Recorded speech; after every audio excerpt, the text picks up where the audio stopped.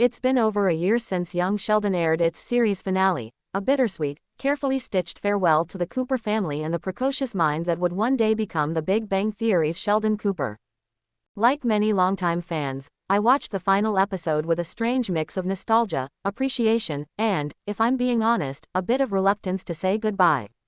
And yet, despite the finale's emotionally poignant beats, Sheldon's farewell to his father, the gentle closing notes with Mary, and the clever bridging to adult Sheldon, one detail continues to gnaw at me.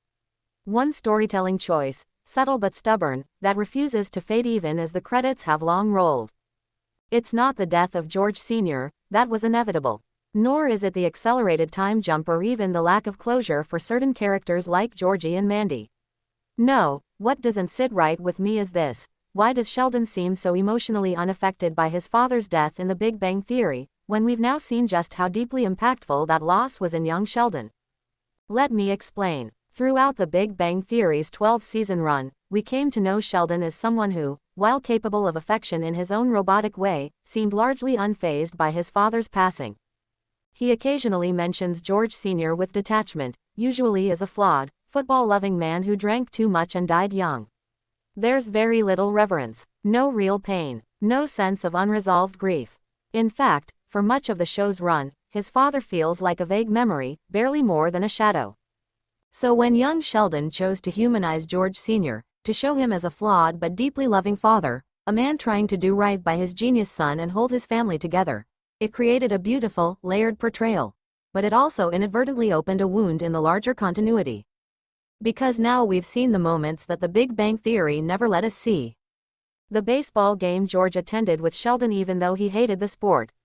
The quiet sacrifices he made. The way he looked at Mary with a mix of weariness and devotion. The scene where he wordlessly packs Sheldon's suitcase for Caltech, knowing it means losing his son but letting him go anyway. That's the kind of emotional architecture that defines a boy's coming of age, not just in terms of family, but in terms of empathy.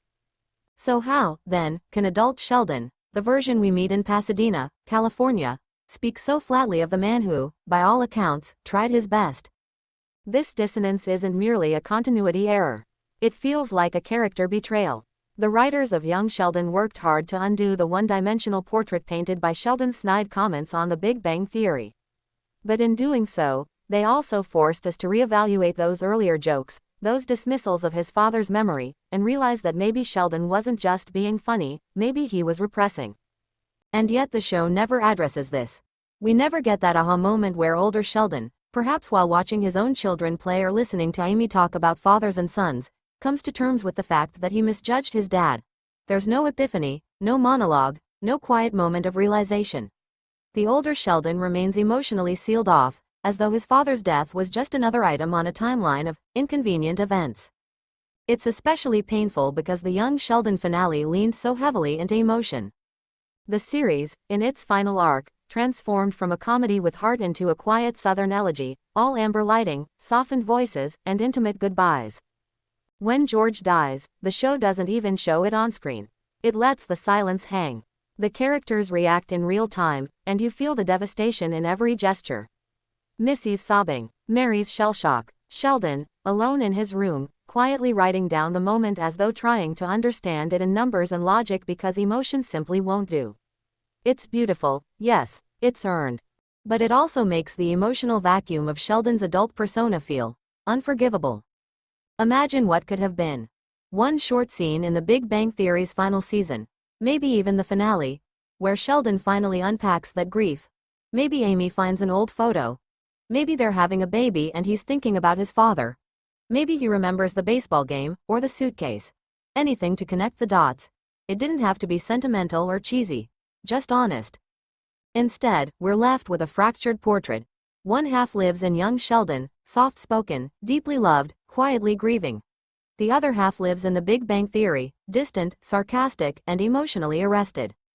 You could argue that this is simply who Sheldon is. That his trauma, his intellect, and his social awkwardness formed an emotional dam that no memory, no matter how tender, could break through. But I don't buy that, not anymore. Not after watching him grow up. Not after seeing George Sr. sit on the porch with his son and talk about fear, or love, or Texas heat. Not after Sheldon called him, the best father he could have asked for. To be clear, I understand the constraints. Young Sheldon was written years after The Big Bang Theory laid its foundation. The character inconsistencies weren't entirely avoidable. But still, great storytelling demands follow through. And in this case, the two shows, while brilliant in their own right, failed to reconcile. So yes, it's been over a year, and I still think about that. About how Sheldon could so easily remember every element of string theory, but not the exact hue of his father's eyes when he told him goodbye. About how the show gave us something so heartbreakingly human, only to have it lost in a future that never looked back. Because in the end, grief isn't a footnote. It's not something you joke about in passing or forget with time. It stays. It lingers. It deserves to be remembered. Just like George Cooper Sr. deserved to be remembered by the version of his son who, at one point in time, looked at him and saw the whole world. Let me know if you'd like a shortened version for social media, or a spin with a more humorous or analytical tone.